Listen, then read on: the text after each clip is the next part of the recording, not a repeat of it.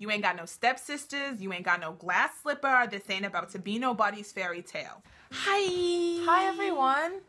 Welcome to our channel. We got advice that we thought you guys might benefit from because new couples sometimes have questions and they don't have a lot of answers. So here we are for you. Anyway, Danielle actually came up with a lot of these questions because my advice, we would be very mean and no one would watch the video. So it's all on But me. if you're a new couple, if you're like someone and you're just started dating, if you're having your first date or your first relationship, we came up with a couple things that might be helpful.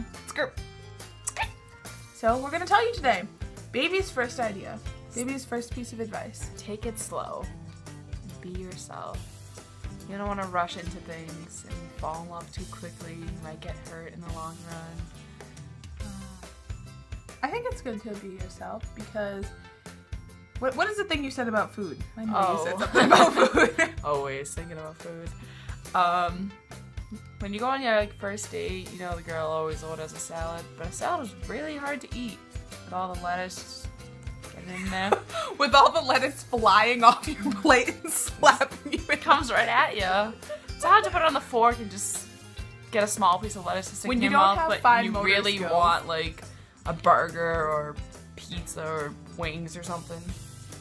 I'm gonna tell you something right now. Pizza is a lot easier to eat than salad is. It's just a nice pointed tip and it doesn't slap you in the face like Just the iceberg. Just the tip. My biggest piece of advice would be something that I never adhere to ever, is that you really need to keep the mystery and the love alive. Because if you genuinely care about somebody like I did about you when we first started dating. I do. It's present tense. Genuinely care about somebody, you don't want them to know that you fart and it smells. You don't want them to know that you pick your nose and wipe it on their pillow.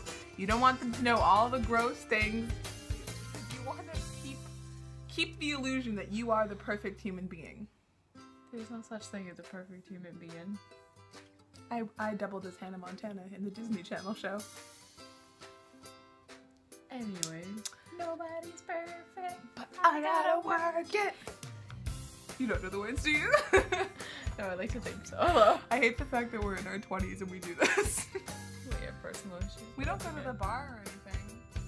Anyway, my other piece of really harsh reality advice. You can't find yourself being discouraged if the first person you date isn't the person that you marry. Probably not gonna be a fairy tale. Not gonna be a Ain't Cinderella. no Cinderella story. You ain't got no stepsisters, you ain't got no glass slipper, this ain't about to be nobody's fairy tale. Preach it. Done. Point. Next topic. But really though, like you're really young, you're in school, and looking back, if I had stayed with the person that I dated when I was 13, wow, my life would be a mess. And I'm very grateful that I waited until I was in my 20s to find you. Cause you're the best. So what she was saying, one of her first advice was get naked. So that I said was not my advice. talk first, no, then get naked. Okay, first of all, if anybody is watching this that knows you're full of lies and lies and lies. No. There was an episode of Degrassi where Manny gets pregnant and she goes into the bathroom all upset asking how she would know if a guy used a condom or not. And Paige tells her to talk first and get naked later. And you wouldn't know that, and I would. Talk first, get naked later. I came up with that one. So talk, get to know them, see if they have any crazy exes that are gonna Stalk your ass. fight you. Stop your ass. See you at the club. You see me peeping. I'm staring. I don't like it.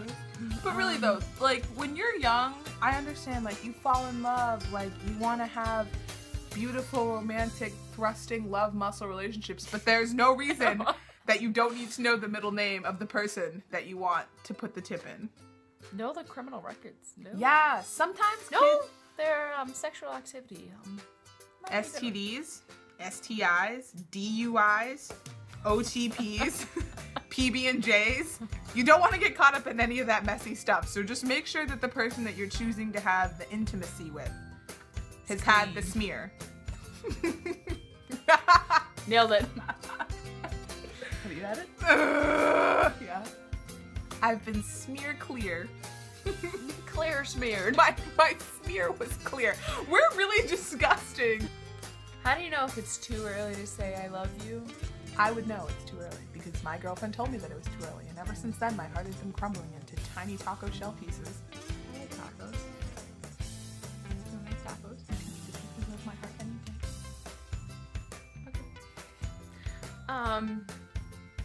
I would wait it out a couple months or maybe longer depending on the person. That's not a sign of love. But wait until you guys are both ready to say it, because sometimes you say it and the other person doesn't feel it. It's that awkward, oh, I love you, and they're just like, oh, You're great. I like you a lot too.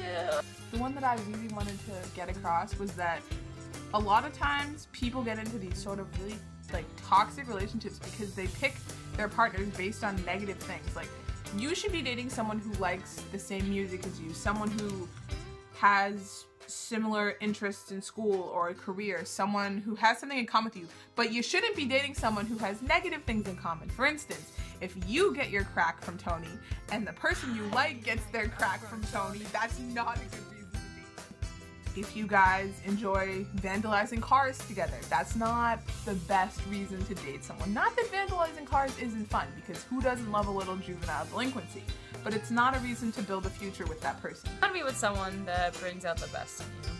Like That can Danielle make and you I, for laugh. instance. We play the same sport. We have a lot of the same friends. Neither one of We us love food. Fat. neither one of us do drugs. We don't have an excessive drinking problem. We do drink because we're of age, but we don't take it to the It's always once in a like maximum extreme. 1-3 weeks kind Yeah. of thing. Bueno. The whole point of this is like in the Valentine's Day spirit. I know a lot of people get sad and lonely if they don't have somebody. You're not having anybody? No. But you can't really get sad about not having somebody at one day, because when you find somebody that you want to spend the rest of your life with, you get them for every holiday. I can't I stress had more than that one enough. drug dealer. And even if the person you love has flaws, you have to accept them for whatever they are. This is the end of the video, guys. What does the question "be there or be squared" mean to you? I saw a thing that said, if you're not there, you're a square, because if you were there, you would be around everyone else who is there, but since you're not, that makes you a square. Does I anyone just thought it- have some clarification? I thought it just rhymed. Don't be there, don't be squared. Does anyone have clarification on that? Because I would like to know. But That's the end video. of our video. If you like the video, what are you doing? Tongue exercises. If you like the video, like it, subscribe it, share it with your friends, share it with your professors. We like professors. We like moms and we like professors. We don't. Yeah, we're gonna go.